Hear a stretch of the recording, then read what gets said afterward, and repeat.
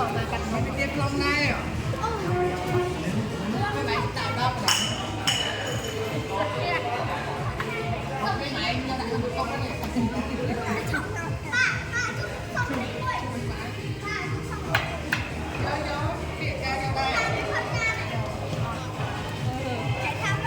chó mà giật lắc trống ngồi Đây ăn bò cái vay trend mẹ trend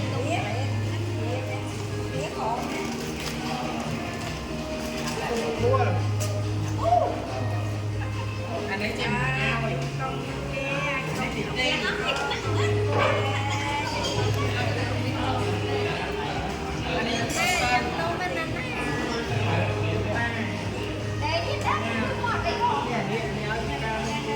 Sắp thì đơn lên sắp